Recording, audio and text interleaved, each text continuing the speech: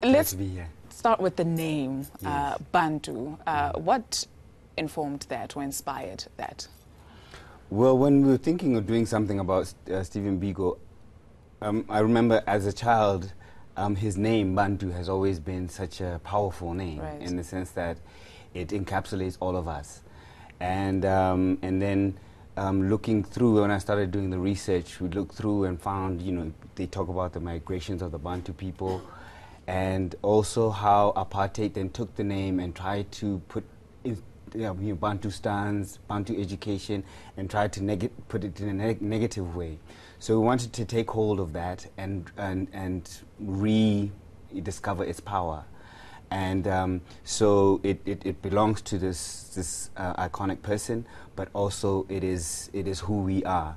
And it's funny how different languages throughout Africa use the word in slightly different Right. variations, to signify who they are. What- So that's kind of thing, that kind of the reason to so that we can own it, and also it is Bantu Biko's name. He is indeed an iconic character, like you Yes. say. One can only imagine how overwhelming it was to sort of pick what you put into the play and what you leave out. It was it was quite a journey, because there's so much to cover. It's also very philosophical, his work, and it was a challenge to say, how do we put this into a play to make it exciting? We have a musical director who produced some wonderful music. So how do we put these things together without making it preachy and without making it like a lecture? But I think we managed to strike the right balance in the sense that we let it be what it is. We tapped into different performers' memories, and then from that we were able to put together a work that really reflects on specifically the people on the stage, but more generally all of us. And we kept referencing Stephen Biko's his words that were relevant to the piece. What did you discover about him, about his life, in this journey of making this play? I discovered that he knew he was blessed to know who he was early on in his journey. I mean, by the time he died at 30, he had already really made waves in terms of his philosophy, how he thought the country should be going, and how he thought we as a people, to regain our dignity, which path we should be taking. And usually it takes people a lifetime sometimes to discover that. And we found that for us today, it's really, I mean, there's a quote that he says, if you don't know who you are, or the day that you do know who you are, you cease to become in bondage. Oh. And what we were saying is that if we're complaining so much about things and feeling so trapped, then maybe the answer is knowing ourselves more.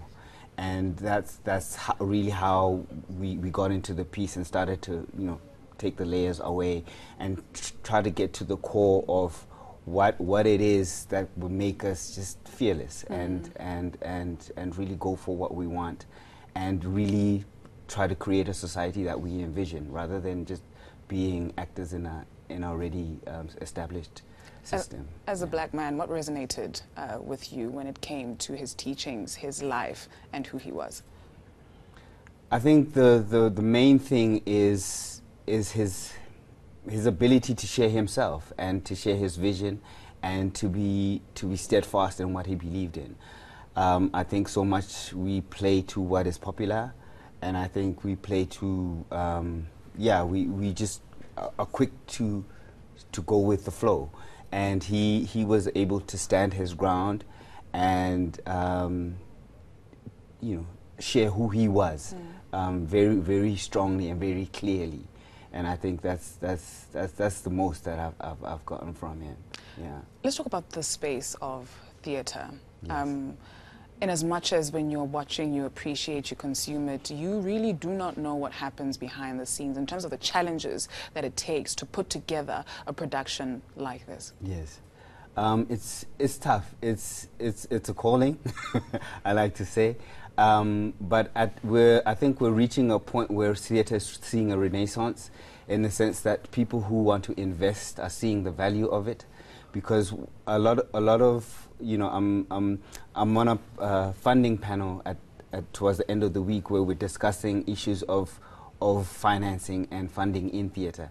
And usually it was kind of like we ask for funding, we get given funding, and nobody really is looking for a return on investment.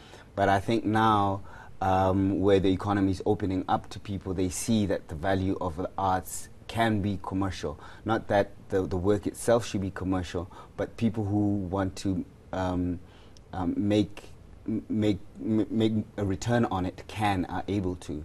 So we're really seeing a resurgence of more stories to be told, and we're seeing more people wanting to invest. It's still very difficult, but it's one of those things. Is the arts under attack in this country? Well, when I say under attack, in terms of under-resourcing, especially when you speak of the financing aspect of it. I would say that I think there's a lot of ignorance around it, and it's funny, no successful country has a weak art and culture section. So if we want to take ourselves seriously as a country, we have to take our arts seriously.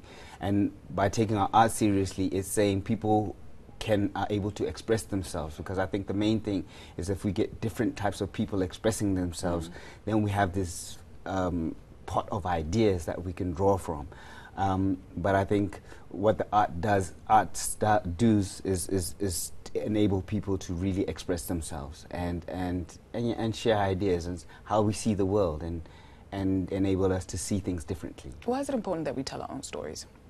It's important because it gives us strength. It gives us strength. It gives the next generation strength, and we're able to leave a legacy to the next ones, because the best way to weaken a people is to cut their stories, and so that they don't know who they are. And the opposite is also true. The more we know of ourselves, the more we know of what happened, we can change that, and we can hopefully create a better world for the coming generation. Is that what keeps you going, even when times are really, really testing?